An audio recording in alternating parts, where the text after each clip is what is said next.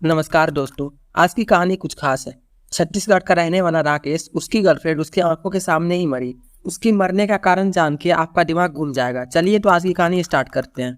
मैं राकेश कुमारे हूँ, छत्तीसगढ़ का रहने वाला आदिवासी समाज से हूँ। माँ बचपन में ही चल बसी थी। हम लोग 4 भाई और एक बहन है। पापा खेती करते हैं और जैसे तैसे गुजारा करते हैं। पढ़ने में भी मन नहीं लगता था तो मैंने पढ़ाई छोड़ दी। मेरे चाचा गाँव में लगने वाले बाजार में कपड़ा बेचते थे। वो रायपुर से कपड़ा लाते और गाँव के बाजार में बेचते थे। मैं चाचा के साथ बाजार जाता था। उस समय मेरी उम्र 17 साल होगी। लोकल बाजार में वो पहली बार मुझे मिली थी। वो एक अमीर घर की लड़की थी। अपने पापा या भाई के साथ बाजार शॉपिंग करने के लिए आई थी। एकदम फिल्मी स्टाइल में हम दोनों एक दूसरे को देखते और बिना बात किए ही वो मुस्कुराकर चली जाती थी।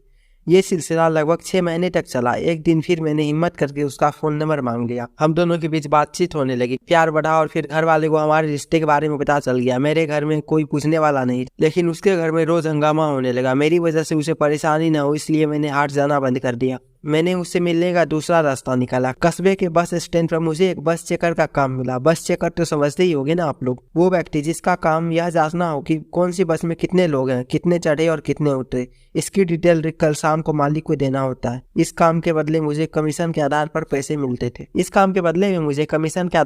मिलते थे। वो कॉलेज जाती थी। बुधवार को उसके कॉलेज में हाफ डे होता था। उस दिन हम दोनों मिलने लगे। रोजाना रात को 10 से 11 बजे तक सिर्फ 1 घंटा बात होती थी। उसने भी अपने घर वालों को साफ कह दिया था कि शादी अगर वो करेगी तो मेरे साथ ही करेगी। इस वजह से उसके घर वाले नाराज थे। फिर वो दिन भी आ गया जिसने मेरी जिंदगी को ही बदल कर रख दिया। 9 अक्टूबर 2014 का दिन था। हम लोगों ने 8 अक्टूबर की रात को तय किया कि 9 तारीख को घूमने जाएंगे और शाम को 5 बजे तक लौट आएंगे। वो अपनी स्कूटी से आई। हम लोग भानु प्रतापपुर गए, घूमे फिरे। लौटते वक्त बारिश होने लगी और लेट भी हो रहा था। तब तक शाम के 6 बज चुके थे। हम लोगों ने स्कूटी सड़क के साइड में लगाई और एक पेड़ के किनारे बैठकर बारिश रुकने का इंतजार करने लगे। 10 मिनट हुआ होगा कि इतने में ही मेरे मुंह पर किसी ने बहुत झटके से गमछा रखा। मुझे आसपास 2-3 लोग दिखे। इसके बाद में बेहोश हो गया और फिर मेरी आंख 4 घंटे बाद खुली। जब मैं जगा तो मेरा सिर भारी था और एक बांह सूज गई थी। एकदम अंधेरा था और हमें जंगल के बीच में ले जाकर मारने की कोशिश की गई थी। मैंने जब उसे देखा तो मेरे होश उड़ गए। उसके आधे शरीर पर कपड़े ही नहीं थे। उसका रेप किया गया था और उसे भी बाहों में जहर देकर मारने की कोशिश की गई थी। मैंने उसे हिलाया डुलाया और फिर उस गीले दुपट्टे से पानी निचोड़कर चेहरे पर मारा। 5-7 मिनट में उसे होश आ गया और वो रोने लगी। जैसे तैसे कर हम लोग जंगल से निकले। थोड़ा बाहर आने पर मुझे जगह का अंदाजा लग गया। हम लोग स्कूटी के पास आए। फिर मैं वही सूजा हाथ लेकर गांव के पीछे एक नदी के किनारे आ गया। नदी किनारे बैठकर वो बस रोए जा रही थी।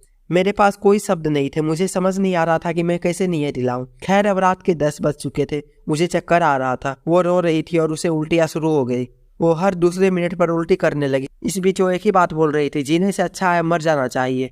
मैं उसे समझा रहा था और दिमाग भी चलाने की कोशिश कर रहा था कि अब क्या करना चाहिए। सच कहो तो मुझे कुछ समझ नहीं आ रहा था।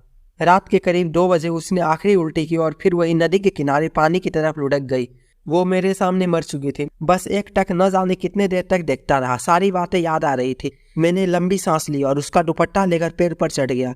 गले में लपेटा और फिर डाल से लटक गया। मेरी नींद टूटी तो अगले दिन शाम को 7 बजे मैं जब जगा तो मेरी बांह की सूजन कम हो गई थी। मेरा गला बुरी तरह से छिला हुआ था और दुपट्टा गले में ही लगा था। बगल में पेड़ की डाली दुपट्टे के साथ ही टूटकर पड़ी थी। मुझे पता चल चुका था कि जिस डाल से मैंने फांसी लगाई है वो टूट गई है। मैं उसकी लाश को छोड़कर वहां से भाग गया। बगल के गांव में एक रिश्तेदार यहाँ गया। तब तक खबर फैल चुकी थी कि एक मरवाड़ी लड़की को आदिवासी लड़का लेकर भाग गया। मेरे रिश्तेदार मुझे देखकर दंग रह गए। उन्होंने एक रात गुजारने की इजाजत मुझे दे दी। मैं खाना खाया और सो गया। सुबह 4 बजे वहां से निकला और बस पकड़कर महाराष्ट्र छत्तीसगढ़ बॉर्डर चला गया। मुझे भागने का रास्ता कभी भी उचित नहीं लगा। वहाँ पंखा झूल में मेरा एक दोस्त रहता था जो आदिवासी समाज का होटल चलाता। वो मेरे बचपन का दोस्त था। मैं जब उसके होटल पर गया तो वो वहाँ नहीं था। मैंने गेट पर उसका नाम बताया और वहीं उसके गार्डन वाले कमरे में जाकर चुपचाप सो गया। खबर तो उस तक भी आ गई थी। जब उसके स्टाफ ने बताया कि कोई आपका नाम बताकर आपके कमरे में सो रहा है तो वो समझ गया। वो कमरे में आया, मुझे जगाया। उसने ही मेरे बाकी दोस्तों को बताया कि मैं यहाँ हूँ।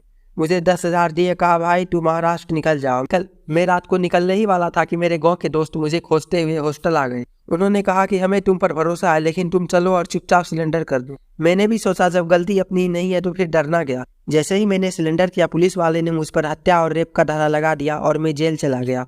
असली जिंदगी यहाँ शुरू हुई। 12x12 के कमरे में कुल 42 लोग थे।